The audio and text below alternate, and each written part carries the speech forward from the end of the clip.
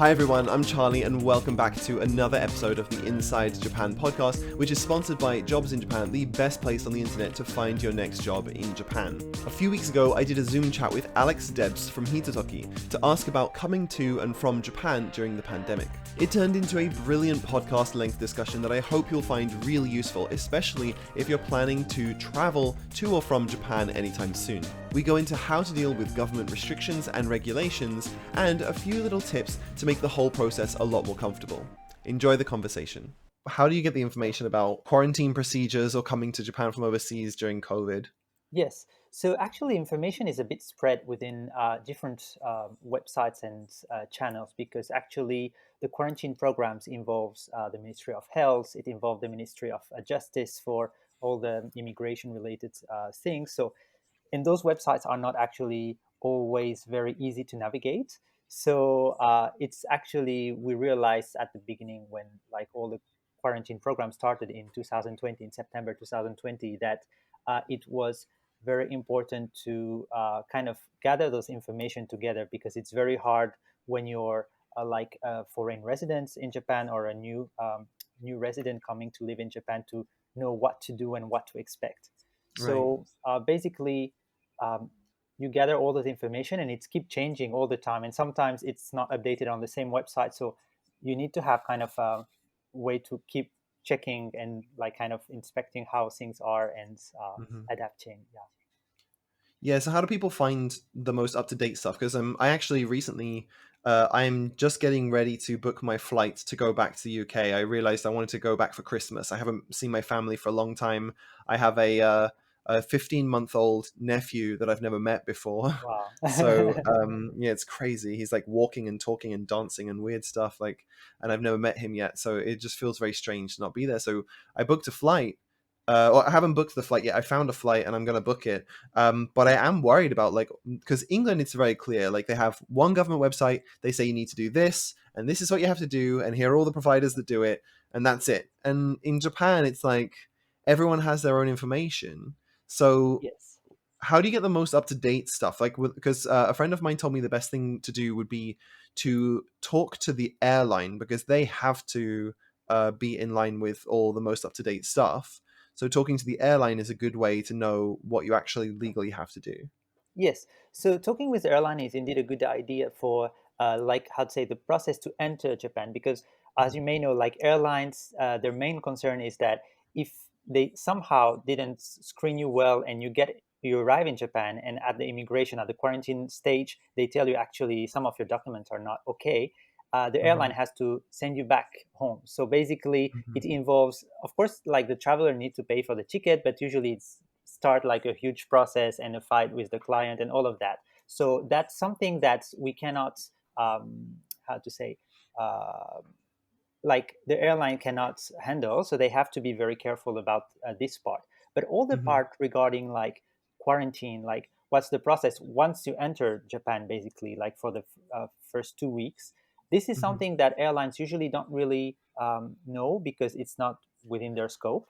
So this is where basically you need to go to all those official websites, finding those information, or mhm. using services like what we do at Hitotoki, which is basically we take the uh, how to we look for all the information that are necessary and the last updates and for each country what are the regulations so that we kind of inform to our clients what basically they will be needing for their quarantine stay. Okay. So tell me a little bit more about like why is Hitotoki giving that kind of information, and how are you the ones that are able to get all of the correct information for your clients and instead of like the government, and what do you do for them other than just giving them the regulations? What are people actually coming to you for? Yeah, so basically, it all comes to kind of like how to say there are many people who travel to Japan without using services like ours, who kind of find out the information by themselves. But it involves basically a lot of time screening the internet, having kind of a part where you're not sure if you really understood how it works and all of that. So, of Oh, course, I know that feeling. yeah, it's very common for I guess depending on each traveler, its profile, the budget he wants to put in the quarantine. Obviously, some will find the way to do by themselves. Companies like ours, what we do is that basically our team keeps checking like all the necessary website all the time. We talk with people at the Ministry of Foreign Affairs as well to have the Mm, latest information. We talk with Ministry of Health. We contact the Ministry of Justice also. Like we kind of do, like kind of update regular update on the situation, and that's basically the value we offer in our packages. Because let's say you come to Japan for the first time, or you live in an area which is very far from Tokyo or Osaka, which are actually the 2 points of entry at the moment. The thing is, you will need to stay in a quarantine hotel. And in other countries, like you mentioned before, like for UK, you have clear information. We also have many people who tell us, like in other countries in Asia, like Taiwan, they have websites of all the hotels that arrange self quarantine packages. In right, Japan, we right, don't have that. Yeah, and many hotels do not accept self quarantine travelers. Some have very specific rules. Some are more right. like have very different way of dealing with the quarantine guests. So basically, this is the value we bring to our clients when we say we arrange like self quarantine packages. Depending on what you're looking for, we'll tell you what we can arrange, what's possible, and of course what's not. Okay, that's really useful actually, because I was looking, and for me, because I live here, I have an apartment here. I can quarantine myself here, but I need to find a private transport way to get from the airport to here. So I'm going to go from Haneda, and there's a whole bunch of companies, like they do some kind of shuttle bus or something where you're traveling with multiple people. It's kind of like just a cheaper way to do a taxi, but you do Yeah, need to have private transport. You can't take a train, and usually it would absolutely. just be a straight shot from Haneda, Shibuya, Shinagawa, and then back to my place. But yeah, it's kind of a much more of a pain this way, I guess. Yeah. Yeah. Yeah, exactly. The transportation, you have rules like, as you mentioned, you cannot use standard taxi companies. So you have to use specific services for the transfer. Actually, there are some companies that even arrange transfer like very far up to like Aomori, or like Oh, if you live really? in, yeah, in Aichi or wherever. Thing is, Wow. those services actually uh, it's usually the price is quite similar as to spend 2 weeks in a quarantine hotel if you go to a three Mm, star kind of level quarantine hotel. So it's not something that we really recommend, because it's kind of very tiring at the same time. yeah. But you Getting a have private car or something back up all the way to Aomori, that would be crazy. exactly. But yeah, you there are many like different ways to do the quarantine, and like this is where we kind of try to bring information to our clients and help them with that. Right. And I also heard that they have, so I haven't used this yet because I haven't left the country since COVID started, but I hear that they have an app that you have to install when you come back into the country. They make you install it at immigration. Yes, Um, and there's a whole bunch of other stuff about testing as well. Like you have to get a test before you go, and then you have yes. to get a test when you land as well. Yes, yes, that's correct. So basically, Okay. even you're vaccinated at the moment, you still have to take a COVID test prior to departure. So it's 70 within 72 hours prior to your flight departure. Okay. So there is a whole thing about if you take a domestic flight before your travel to Japan, or if you take an international flight, how to calculate those 72 hours. So that's a Right. bit tricky. But then you need to take this test. You need to use a form from the Ministry of Health actually in Japan. So you can use your own clinic, how'd say like results PDF. But the thing is, you have to get the exact same information as per the form from the Ministry of Health. So what Okay. is highly recommended is to bring that form with you when you get your result. Ask the clinic or your doctor to fill it and sign it and put a seal, Oh, okay. so that yeah, you're sure that, because that's actually the main reason why people get like cannot enter Japan once they land, is sometimes there is a missing information on those PCR tests, or like now they accept different type of test. So it can be a bit Okay. tricky, because like depending if they took your test in your through your nose, or if they took it if it's a saliva test, then there are different type of tests which are accepted. So Oh, yeah, wow. if you use the form from the Ministry of Health, in that case, you're sure that, well, as soon as you like, if you fill the form correctly, then all the information will be fine. So Okay, that's so bring that's a good piece of advice. Like bring that form with when you go to whatever clinic it is or however you're getting your PCR test done. bring that form with so that they can make sure they've got all the right information. Hi everyone, I hope you're enjoying the conversation, and I just want to take a quick moment to mention that this podcast is only possible because of the support of JobsinJapan.com. So next time you're looking for a job, check out JobsinJapan.com. There are tons of jobs on there, not only in English teaching, but also software engineering, hospitality, marketing and consulting, among many others. Most of the jobs on the board do not require any specific level of Japanese, and you can get started in minutes. So next time you're looking for a job, check out JobsinJapan.com, and let's get back to the conversation. Yeah, the idea is usually, depending on the country, some are very flexible. We know in some other countries it's a bit more tricky, but the best thing to do is you ask the clinic where you take the test if they are okay to fill the form once you get the test, because usually they will give you their own form, which is obviously normal. But at the same time, you can ask them, can you also put a seal on this form? And you show them that form from the Ministry of Health. So it's in English, Okay. it's in many other languages as well. And if they accept, then you're sure that it's going to be okay. So probably you have to do a second trip to the clinic just to get the result signed. But at least on that part, you're safe and you know things will be okay. So that's the first Right. thing. And then you will travel to Japan. Upon arrival, you'll take another test, which is a saliva test. So you have to wait for the result. So depending on how many flights land just before yours, you'll spend, it's usually the minimum time now people will spend is about 2 hours in the airports from the Okay. moment the plane lands until the departure. But the longest can go up to 5 or 6 hours, depending on how Wow. busy it is. Yeah. So I guess if you've got like one of those private shuttles or something booked, then you should book it for like 5 hours, 6 hours after you land, because you're going to have to spend a long time waiting for your PCR test. At least, like, sitting around the airport, it's probably better than missing your shuttle and having to book another one, because they can be quite expensive, especially from like Narita or something. Exactly. So that's also why, for instance, for this, like depending on the company, some will say whenever you tell the flight you arrive, they will tell you like, okay, I will come picking you up maybe 2 hours later, but then usually they would charge extra money every 30 minutes wait, which you cannot control. Mm, So like for this type of problems or question or stress, I would say when you arrive, you're already quite stressed, and like in packages like the one we do at Hitotoki, basically we have a meet and greet in the airport waiting for the client. So we usually clients, most of them right now are residents, so they already have a Japanese cell phone. So we mhm. would be in touch with them when they arrive, and we basically have the car on standby until they get out. So sometimes it's just 2 hours, sometimes it's 6 hours, but our price will remain the same. So that's Okay. something that when you use like services like that, it's going to help you to be a bit stress free, because some car companies will give you a low price, but then if you wait 6 hours, it's going to cost you like seven, Yeah. a huge amount of money. So yeah, that's this part you cannot control. Unfortunately, every day is different depending on what's the actual flight landing time. So Right. And I can imagine at busy times that can become like a real stress. I think I had a friend who came back to Japan recently, and she was waiting for her test, and then she was terrified that she was going to miss the shuttle, because the she didn't have any shuttle. way to contact anyone. She didn't have a phone number here. She didn't have a Wi-Fi box or anything, so she was just like, How already stressed out.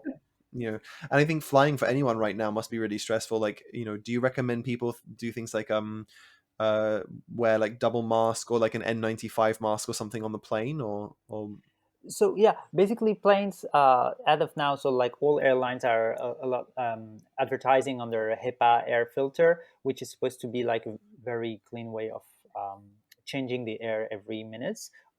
I personally, I my belief is that like we many of us have to take the public transportation, have to go to work and all of that. I guess honestly it's much safer because you're on a plane, especially when you go to Japan, everybody is tested for a PCR Mhm, within 3 days. Many of us are vaccinated at that moment, mhm. and like I feel personally much safer taking a 12-hour plane with a flight with people who are just the same people for the 12 hours within like an area Right. next to me, contrary to like some random public transportation. So of course, well, it's having a mask is mandatory. You can have alcoholic gel with you. You can clean your hands all the time, and then I personally feel that it's a very safe way. We don't hear a lot of stories of people getting COVID while they take an international flight at the moment. Right. So I guess like the what you do just really depends on how careful, how cautious you are about COVID in general. Like, I think a lot of people, like the friend I was telling you about, I think she wore an N95 mask the whole flight, and she said it was really horrible because it's really tight to your face. It kind of Yes, hurts a little bit. It was very difficult to sleep because you're trying to breathe through this filter. So you're like, it's like you have to suck in the breath rather than like just breathing like you would normally. So exactly. yeah, I can't imagine wanting to do that for the whole flight, but I'll probably wear like a mask, and I'll bring extra masks or something in case. But Sure. Yeah. And yeah. my that's a small advice for people living in Japan, actually, for foreigners living in Japan. If you're kind of not Asian morphology, using the mask from the brand called Unicharm is actually working very well because they have extra lens for the size between your ears and your nose, which makes it much Mhm. less difficult for your ears because within 12 hours it can get, if you fly from Europe or America, Right. it can hurt a lot for your ears. So Mm. many of our clients were asking what's the best mask when they travel out of Japan and coming back, and we realized that this one works for most of us. So What was uh, the name of that mask again? it's the brand is Unicharm, and it's the Unicharm. standard. Yes, it's the standard mask. Maybe after the call, I can send you the link. It's actually it's a small chip, but actually it helps a lot on a long flight. So Okay, I'll take a look at that because that's really helpful information. Because I hate wearing a mask. I find it super uncomfortable, especially since I have glasses. It often like there's always like I usually use the surgical masks if I have to go somewhere carefully because you can kind of bend it around your nose and it yeah, can like kind of be a little bit more flush to your face. But yes. the normal like cloth masks that the washable ones that everyone uses, I'm always like breathing and there's just like smoke coming up onto my glasses and I can't Yes. see anything. Yeah, Yeah. that brand, the Unicharm brand, they have both styles, and the good one is actually the surgical one, the flat one. Okay. Actually, they work very well for like your ears. It's very convenient, actually. So Awesome. I'll take a look at that for sure. I also wanted to know about the app. Like, yes, what the restrictions does the app have, and can you? Because I can't imagine being stuck in like a quarantine hotel or in my house or something for 10 days or 14 days or whatever it is you have to do now. Can you at least like go out for a walk or something? Like, are you able to go anywhere, or do you have to have people bring food to you, or how do you do that? yes. So first for the app keeps changing actually. Since last year, it changed I think around 3 times already. So at the moment, I think there are only two mandatory apps which are very Okay. specific for quarantine. So they will actually ask you to make sure you have Google Maps as well. And then there is two apps. One is called My SOS, and there is another one which are basically to check where you are. And also now they do random FaceTime calls. I mean video calls. So Okay. sometimes it's an AI call. They will just check if you're indoors through, like AI system. Sometimes it's actually Mhm. a real person contacting you. So that's for the app part. And then for the quarantine, like that's where it's a bit more blur in the way that depending on who you're talking with, they will tell you that you cannot get out at all, or they will tell you you're allowed actually to go shopping for like groceries if you want to Mm, buy food and such. So our understanding is that it's not forbidden to go buy, if you need to buy food at the supermarket, if you live in an apartment or a serviced apartment or at your own place.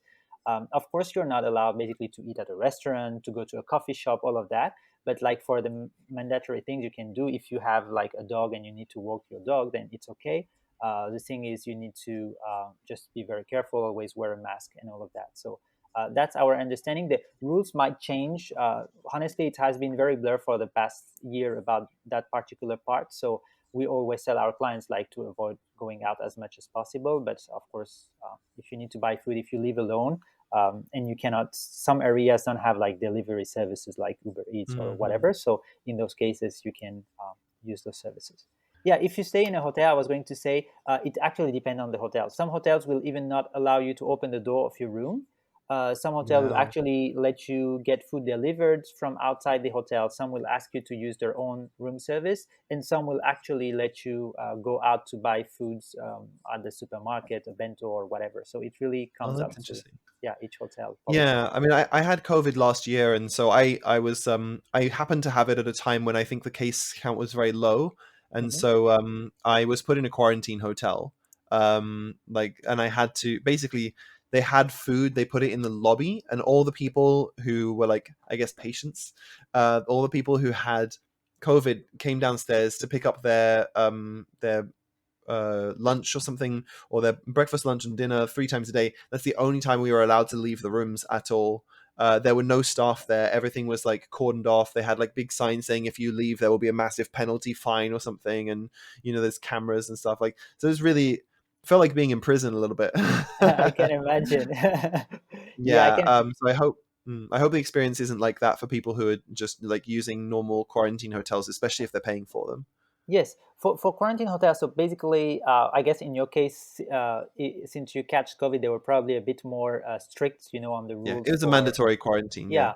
Yeah. In this case, for self quarantine, well, it's mandatory, but at the same time, it's people who've tested negative for at least 2 times. Because depending also on the country you come from, you also have a third test and a fourth test during your quarantine. So what happened is that I guess hotels, they are also kind of factual. They see, well, you're negative for COVID, so of course they need to be careful. But at the same time, they offer more flexibility, which is why some hotels will let you buy food from outside. But for instance, you're never allowed to use, like, of course, the gym or the hotel restaurant or whatever. But Yeah.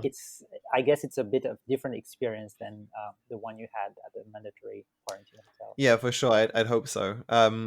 I wonder as well, if you're on this app and they're tracking where you are, Yes. and are there any, I guess, penalties if you were to, for example, bring your phone with you to the supermarket or something and pick up some stuff, or if you were to like go for a run or something or go for a walk, if you bring your phone with you, are there going to be any like penalties? Will the government, they'll know about it and they'll fine you or something like that?